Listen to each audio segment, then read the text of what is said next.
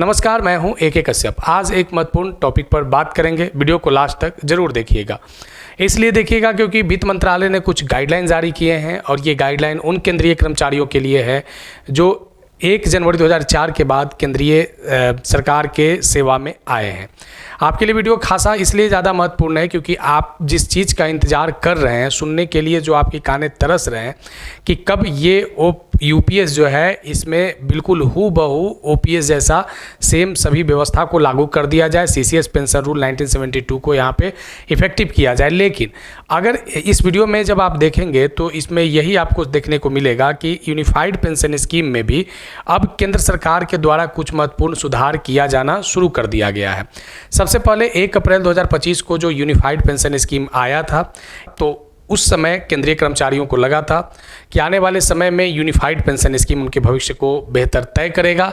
लेकिन इस वीडियो में जानेंगे कि जो अभी बातें चल रहे हैं फाइनेंस मिनिस्ट्री के द्वारा जो बातें लाए गए हैं प्लेटफॉर्म पे, मीडिया प्लेटफॉर्म पे, उस बात में से तो क्या उससे केंद्रीय कर्मचारियों को फ़ायदा होगा। अगर अभी आप नए जुड़े हैं तो चैनल को जरूर सब्सक्राइब करिएगा क्योंकि यूपीएस, एनपीएस और ओपीएस संबंधित मुद्दे को हम कंटिन्यू अपने चैनल पर उठाते रहते हैं। वीडियो अच्छा लगेगा तो लाइक शेयर जरूर कीजिएगा, सुझाव होगा तो कमेंट में लिखिएगा। देखिए, ये 2 महत्वपूर्ण बातें आप यूनिफाइड पेंशन स्कीम में देख सकते हैं। सबसे पहला महत्वपूर्ण बात है, आप देख सकते हैं क्या कि एक जो employ under UPS now eligible for retirement death gratuity benefits, यहाँ पे कुछ बातों को मेंशन किया गया। ये 1 अप्रैल 2025 को जब यूनिफाइड पेंशन स्कीम लाया गया और जिसमें मिनिमम पेंशन 10,000 रुपया की जो बात किया गया था और 25 साल की सेवा पे 50 मूल वेतन का 50% और डीआर की जो बात किया गया था, ये बातें कुछ शर्तों के साथ केंद्रीय कर्मचारी को दिया जा रहा था।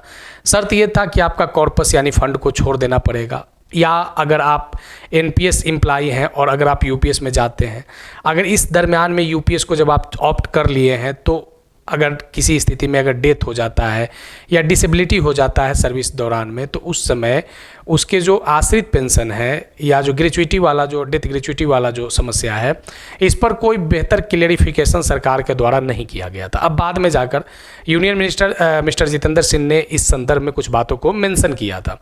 यहाँ पे जो चर्चा किया था, उन्होंने कहा था कि यूपीएस में भी कुछ ऐसे महत्वपूर्ण बातों को लागू किया जाएगा, खास करके उस कंडीशन में कि जब डेथ या डिसेबिलिटी होता है तो उस स्थिति में यूपीएस में भी उनके आश्रितों को या जीवित व्यक्ति को डिसेबिलिटी की अवस्था में उन्हें ओपीएस के जैसा पेंशन दिया जाएगा, यानी सीसीएस रूल्स 1972 के आधार पर। अब थोड़ा सा लोगों को आशा लगा कि यूपीएस में कुछ सुधार हो रहा है, क्योंकि एक बात आपको समझना होगा कि 1 अप्रैल 2025 से लेकर अभी तक, यानी जो 30 जून तक डेडलाइन निर्धारित किया गया था, और ये 30 जून का डेडलाइन जो है वो समाप्त होने वाला है।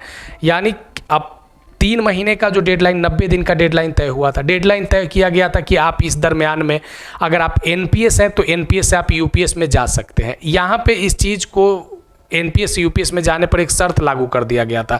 शर्त क्या लगाया गया था कि जब आप एक बार यूपीएस को सेलेक्ट कर लेंगे, ऑप्ट कर लेंगे, तो आप एनपीएस में फिर वापस नहीं आ सकते हैं।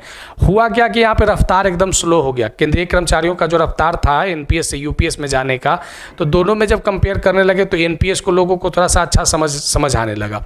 तो लोग यूपीएस की तरफ जो ऑप्ट करना था, यूपीएस की तरफ जो ट्रांसफॉर्मिंग जो हो रहा था, वह ट्रांसफॉर्मिंग नहीं हो पा रहा था। सरकार को भी ये चीज़ लगा कि इतना ज़्यादा बड़े स्तर पर हमने यूनिफाइड पेंशन स्कीम को लॉन्च किया और केंद्रीय कर्मचारी उसे ऑप्ट ही नहीं कर रहे हैं, और ख़ास करके ये उन कर्मचारियों पर भी प्रभावी था जो 1 अप्रैल 2025 से पहले सर्विस में रिटायर हो चुके थे। इतना कम प्रतिशत रहा कि केंद्र सरकार ने इसमें जो बहुत जल्द में 2-3 परिवर्तन जो किए, जो अभी हमने जिस पे चर्चा किया, और एक दूसरा यहाँ पे एक और बातों पर मेंशन किया गया है कि केंद्रीय कर्मचारी यह तय करने के लिए समय सीमा जो निर्धारित 30 जून किया गया था कि आप एनपीएस में से यूपीएस में जा सकते हैं, तो ये 30 जून वाला डेट जो है अब उसको एक्सटेंड करने की बात आ गया है। यानी फिर से 3 महीने के लिए एक्सटेंड कर दिया गया है, यानी ये 30 सितंबर तक जाएगा। अब केंद्रीय कर्मचारियों के पास फिर जो डेट एक्सटेंशन होने के कारण यहाँ पे बेनिफिट क्या हुआ कि अब वो जो 3 महीने का जो ड्यूरेशन देख रहे थे, लोगों को ये भी लग रहा था, कुछ ऐसे लोग थे कि 30 जून के बाद क्या अगर वो एनपीएस यूपीएस में जाना चाहे तो नहीं जा सकते हैं क्या।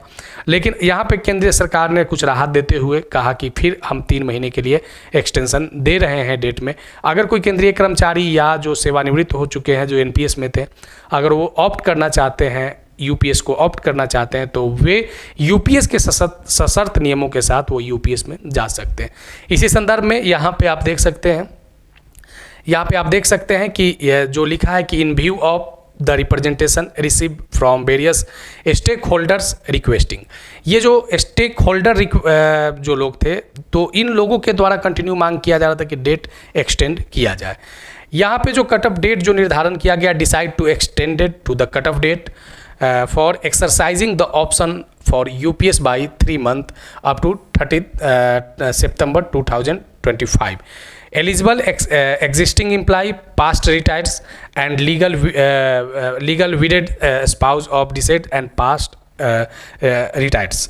यहाँ पे जो ये इस तरीके के जो बात आए कि जो अगर किसी ऐसे एम्प्लॉई जो एनपीएस में है और उनका डेथ हो गया था, तो उनके जो उत्तराधिकारी हैं वह भी यूपीएस के इस बेनिफिट्स को उठा सकते हैं। अब केंद्र सरकार ने जो 3 महीने का डेट को एक्सटेंड किया है, अब केंद्रीय कर्मचारियों के पास सोचने के लिए कुछ और मौके मिले हैं। लेकिन क्या ये यूपीएस क्या ओपीएस के जैसा इक्वल हो पाएगा? सबसे बड़ी बात है कि जो 23 लाख एम्प्लॉई हैं, इन लोगों को चाहत है कि जो बेनिफिट्स दिया जाए वो हूबहू जो ओपीएस में बेनिफिट्स है वही बेनिफिट्स दे दिया जाए।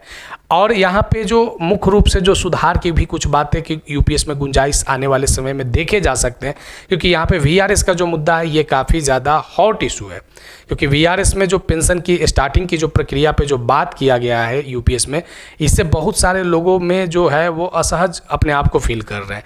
तो आने वाले समय में इसमें यूपीएस में अगर कुछ महत्वपूर्ण सुधार की अगर आवश्यकता है तो वीआरएस भी एक महत्वपूर्ण सुधारों में से एक हो सकता है। केंद्र सरकार आने वाले समय में इसको लेकर क्या विचार करता है देखेंगे, लेकिन अभी ये बात को समझना है कि जो यूपीएस है उसे 3 महीने के लिए जो एक्सटेंड किया गया है, इससे केंद्रीय कर्मचारी कितना इसे ऑप्ट कर पाते हैं, ये भी एक महत्वपूर्ण विषय है।